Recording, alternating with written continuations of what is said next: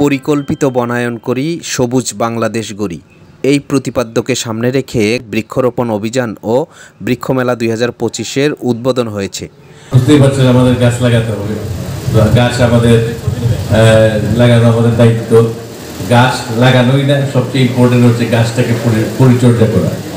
আমাদের এখানে যারা স্টুডেন্ট আছো, তোমাদেরকে গাছের চারা দেওয়া হবে।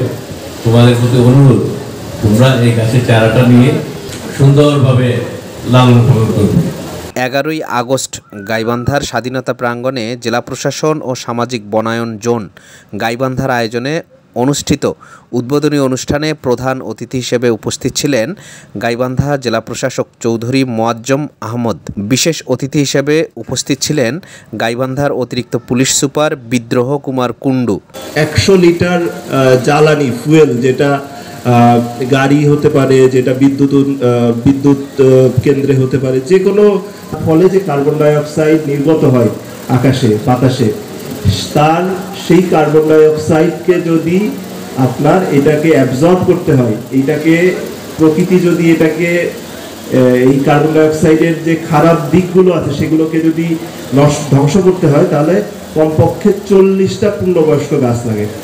তো সেইটার জন্য আমাদের এই বিল্ট আপ এনভায়রনমেন্ট, এই যে আমরা এখানে আছি গাইবান্ধা একটা শহর, এবং এছাড়াও বাংলাদেশের যতগুলো শহর আছে প্রত্যেকটা শহরে পরিমাণ বৃদ্ধি পাচ্ছে, শহরের আকার বৃদ্ধি পাচ্ছে এবং গাছের পরিমাণ কমে যাচ্ছে, যে কারণে আমাদের এই বনায়ন কর্মসূচি। কৃষি সম্প্রসারণ অধিদপ্তর গাইবান্ধার উপপরিচালক খোরশেদ আলম, রংপুর বিভাগীয় বন কর্মকর্তা মোল্লা মোহাম্মদ মিজানুর রহমান। অনুষ্ঠানে সভাপতিত্ব করেন গাইবান্ধার অতিরিক্ত জেলা প্রশাসক AKM হেদায়েতুল ইসলাম।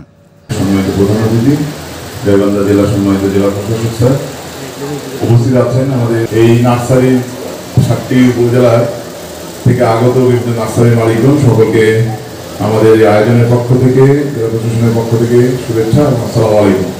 খুবই সুন্দরভাবে আমাদের ডিডি এগ্রিকালচার মহোদয় তার গাছ রোপণের এবং গাছ পরিচর্যার বিষয়টি উল্লেখ করেছেন, এবং আমরা আশা করছি আমাদের যারা নার্সারি মালিক আছে তারা আমাদের এই গাইবান্ধার বৃক্ষপ্রেমী মানুষের কাছে বিভিন্ন নানান জাতের, এবং আমরা বলবো যে ভালো জাতের বৃক্ষ তারা পৌঁছে দিবে এবং স্বল্প মূল্যে তারা তাদেরকে সরবরাহ করবে।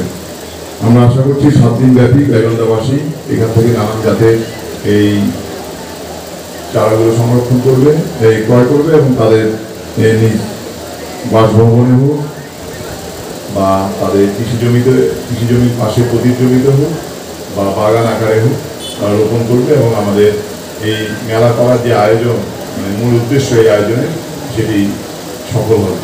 Shahjahan Siraj, voice of Gaibandha.